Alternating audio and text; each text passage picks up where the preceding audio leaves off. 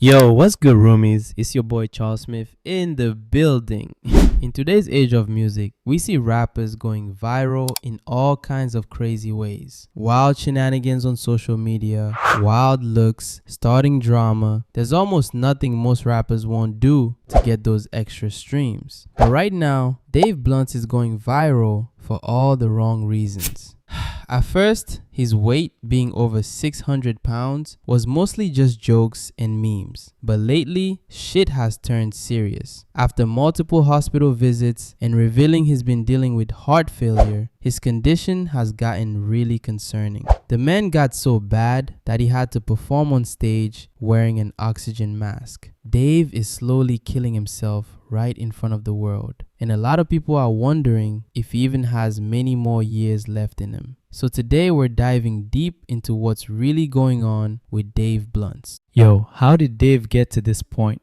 Let's cut the bullshit and get right into it. For those that don't know, Dave Blunt actually first went viral on TikTok back in late 2024 when he started posting snippets of his songs. One of those snippets, The Cup, really blew up and caught the attention of Lil Yachty, who commented on the original video. That was Dave's first real taste of virality, which is crazy when you think about it because he had already been grinding in music for over 6 years with almost no success. For years, Dave was going full time trying to make it as a rapper, dropping music consistently but staying underground. It wasn't until that TikTok moment that everything started to change for him. From there, his personality, his voice, and yes, his size made him a meme and a topic at the same time. He turned a lot of the jokes into content and kept pushing. But fast forward to 2025 and 2026, the jokes turned into real concern after multiple hospitalizations and him revealing he was dealing with heart failure. I've been making music since like 2018. I've quit and came back to that shit so many times. It's like I had like an abusive relationship with music, you know what I'm saying? Like I heard your mom was like your biggest supporter from the early days. There was this one story that like I read where like you had music equipment and one day she like gathered it up and put like a note in your room. I threw the equipment in the garbage. Like she dug it out of the garbage, put it on my bed, and she was like, you know, don't give up on your dreams, some shit like that. Like that. In less than a week of posting on TikTok, Dave started getting some real buzz. But what really put him on the map was when he appeared on the popular YouTube channel On The Radar, a channel known for putting underground artists on and helping a lot of them blow up. His first freestyle got some traction, but it was his second appearance that made him go viral. In that session, Dave performed his own song, Crying in the Kitchen. The song has some extremely out of pocket and wild lyrics that made everybody's head turn. Lines like, fellas hate on me cause I'm a fat fella, got Jewish money fella, fuck Hitler, don't let Seth Rogen be your babysitter, cause I heard that fella was a kid diddler. And that was just the first part of the song. Dave's appearance played a huge role in the virality. This super big guy with a surprisingly high-pitched voice singing these crazy bars instantly became a moment. If you saw Dave Blunt and didn't know what he sounded like, you would never guess that voice was coming out of him. This contrast is exactly what started giving Dave a real name in the game. This massive fat guy with a surprisingly high-pitched voice spitting the funniest and most out-of-pocket lyrics. For a lot of people, it was genuinely entertaining. His song Crying in the Kitchen got some traction, but the views were nowhere near as big as the attention around his weight. People were constantly talking about how huge he was. Keep in mind, Dave wasn't just a little overweight. This dude was bigger than the state of Texas. He later revealed that he's been overweight since he was 5 years old, most likely because of overeating. You always been a bigger guy? Relatively, yeah. Yeah. Is that something that you struggle with, or do you just love yourself and you're like, fuck it, this is who I am? Yeah, I'd say it's something that I struggle with, yeah. But I'm working on it, you know what I'm saying? Do you like overeat, or do you have more like a glandular thing going on? Well, it's not a glandular thing. I don't know what that is. But Well, it's like people either like, it's either like you're kind of doing it to yourself, or like some people have kind of like a health condition. I'd say it's definitely me doing it to myself, yeah. What's your poison of choice? I mean, there's no really like poison of choice. It's more just like laziness. Like I'll just eat and then like chill or like sleep or some shit. Dave even admitted himself that he's so big that he has to buy 2 seats on an airplane. You can't make this shit up. And just like most people who reach that size, it comes down to not exercising and eating a lot of unhealthy junk food. Dave has been overweight since he was 5 years old, and over the years that lifestyle caught up to him in a serious way. Songs you said every time you fly you have to buy 2 seats. Yeah, Is yeah. that all right? You for That's real. Yeah, that's real. I gotta take 2 seats. Yeah, man. Dave basically lives in his signature tracksuit because it's one of the only things that actually fits him, and he turned it into his trademark style. Instead of hiding from the jokes, Dave leaned into it and used it as an opportunity to boost his career. He knew most of his virality came from being an extremely big guy, so why not capitalize on it? He started posting hilarious Instagram videos with the most random captions. Soon after, he signed to a local label in LA called Listen to the Kids and really started grinding. His album Well Dude Here's My Thing peaked at number 141 on Apple Music, which is solid for an underground artist. But what really changed the game for Dave was the song The Cup. That track went pretty viral. It was a sad auto-tune banger about being dependent on codeine. Very SoundCloud rap era, sounding like something Juice WRLD would make. That helped it connect with a big audience. The music video also had a hilarious animation of Dave falling from the sky, which again played into the fat fame. This was Dave's first real hit. From there, doors started opening. He worked with Chief Keef and Babytron, hung out with Lil Yachty, went on Aiden Ross and Plaqueboy Max streams, and performed on The Block. He was finally living the rap star dream he always wanted. However, even as his career was rising, his health was slowly getting worse. When he first blew up, people were mostly making fat jokes, but he was still mobile. He could stand in videos and walk around on streams, but as he got more popular, he gained even more weight and became noticeably less mobile. Eventually, he started doing most of his performances sitting down. The real red flag came when Dave started making more and more frequent trips to the hospital. He already had pretty bad asthma and always had to use an inhaler, so at first he blamed it on that. But later, Dave revealed the truth. He was diagnosed with heart failure at only 23 years old. That was the real reason he was hospitalized in July 2023. It got so bad that he literally had to learn how to walk again. While he was still in the hospital bed, he recorded a song called Hospital Bed, where he rapped about trying to get head from the nurse and loving his friend like the LGBTQ. Typical Dave. Even in the worst moment, he was still cracking jokes. Okay, now this song that you have about being in a hospital bed, Yeah. is that a real story? Were you really in a hospital? Yeah, I made that song while I was in the hospital. So I was actually in my hospital bed.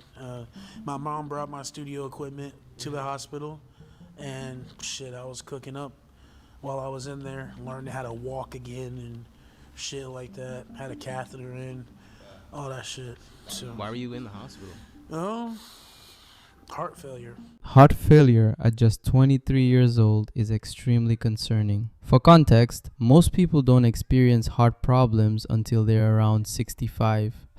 Dave was dealing with that shit in his early 20s. No, man, I'm not visiting the hospital once a month. What's probably making his condition even worse is his excessive use of lean. In almost every interview, appearance, and Instagram post, Dave is sipping from that signature styrofoam cup. He's always drinking it. He even admitted in interviews that he has issues with lean and believes it might be one of the main reasons why he's obese. Don't go down the rabbit hole, kids. Yeah. See where it leads you. 600 pounds. Wow. And not being able to put down the. To the point where he even has his own signature drink. Dave's Purple Stuff. Being successful has probably only made things worse for him because now he's been getting lean for free. Sipping codeine syrup after you've already had heart failure is literally one of the worst things you can do to yourself. Start drinking. Shit, like, I mean, I don't like sip every day or anything like that, but it's like, do I sip quite often? Yeah, probably since I was like 16. By September 2023, Dave was back in a hospital again. He posted himself in a hospital bed saying he took too many Xans, but most people in the comments didn't believe it. Just 1 month later, he got the opportunity of a lifetime. performing at Juice WRLD Day, but the performance went viral for all the wrong reasons. The entire time on stage, Dave was sitting down, performing with an oxygen tank, clearly out of breath. The jokes slowly turned into real concern. Even Snoop Dogg commented on the situation, saying, "Put down the chicken wings and tater chips, nephew. That chair gon' break soon and get to the end of the cup." Dave was not happy about it and clapped back quickly. He said, "It has come to my attention that Snoop Dogg wants me to put the cup down." He also had a few other choice words to say about my performance that weren't so nice. That's okay. Maybe it's because Snoop doesn't know me. Well, Snoop, let me tell you a little bit about myself. I'm actually a very good guy. I take care of my family, I put my friends in positions to win, and I'm chasing my dreams every day. I think you're a good guy too, Snoop. My favorite movie of yours is Baby Boy. Now in that movie, you played a guy who was about to have unwanted sex with his ex-girlfriend in front of her son. If I judged you off that performance, I would say you're not a good guy. But I didn't judge you off that, so please don't judge me off mine.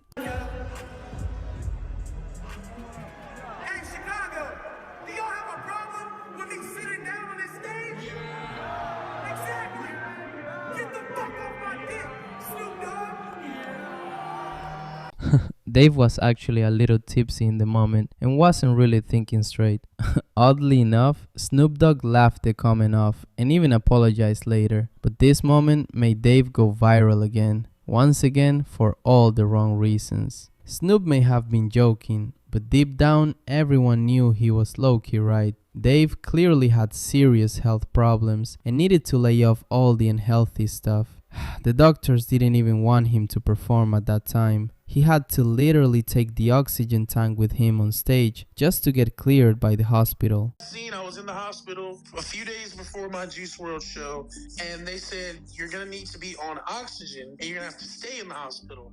And I said, "Fuck no, there's no way I'm missing this. Is there any way that I can do the show?" And they said, "Well, if you take oxygen with you, we can okay you to leave the hospital." Okay. And I'm like, all right, fuck it. Like, bro, I'm not gonna stop nothing from achieving my dreams and achieving my goals. According to some people following the situation, Dave tried to say that his first hospital visit was nothing more than a routine checkup, but a lot of people weren't buying it. And the reason why is pretty simple. Less than a month later, Dave ended up back in the hospital again. The exact reason was never fully explained, but many fans believe it was most likely related to his weight and ongoing health issues. The conversation got even louder after Dave's team decided to celebrate a major YouTube milestone. After hitting 1 million views, he was gifted a cake. And that immediately sparked controversy online because a lot of people felt like the last thing Dave needed at that moment was a giant cake. That led many fans to start asking questions. Does his management actually care about his health? Do the people around him genuinely care about him? Or are they more focused on the numbers and the attention?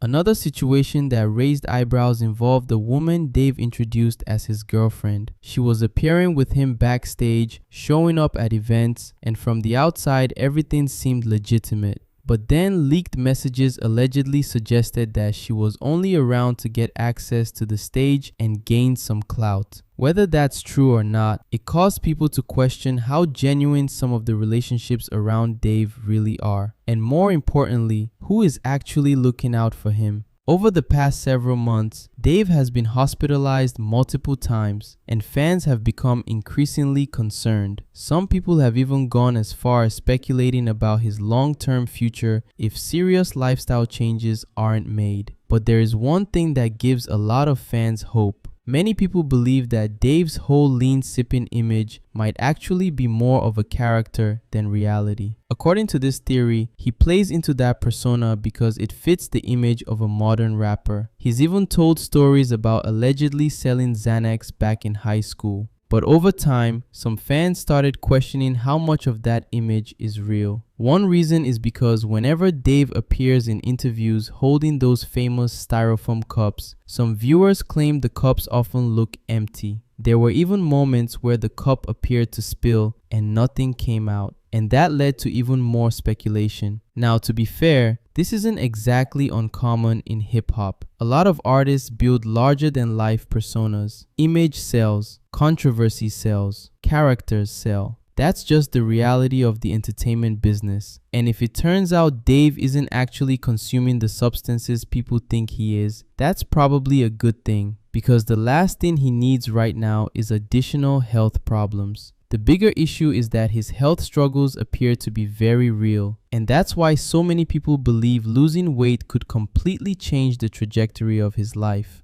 Think about it. A rapper known nationwide for severe obesity and health concerns makes a complete turnaround and transforms his life. That's the type of comeback story people never forget. It would inspire millions. But at the same time, there's another side to the conversation. Some people believe that while losing weight would generate huge positive attention, it wouldn't automatically guarantee a long-lasting music career. The reality is that much of Dave's viral success came from his appearance and the conversations surrounding it. If he lost all the weight, it would absolutely go viral. But the real challenge would be sustaining attention after that moment passes, because viral fame and long-term success are two very different things. To survive in the music industry for years, artists need records that genuinely connect with people. They can't rely entirely on a persona. They can't rely entirely on shock value. And they definitely can't rely entirely on going viral. The good news is that Dave himself seems aware that changes need to be made. He's spoken about hiring a personal trainer. He's talked about improving his health. And he even announced the end of what he called the purple tracksuit era.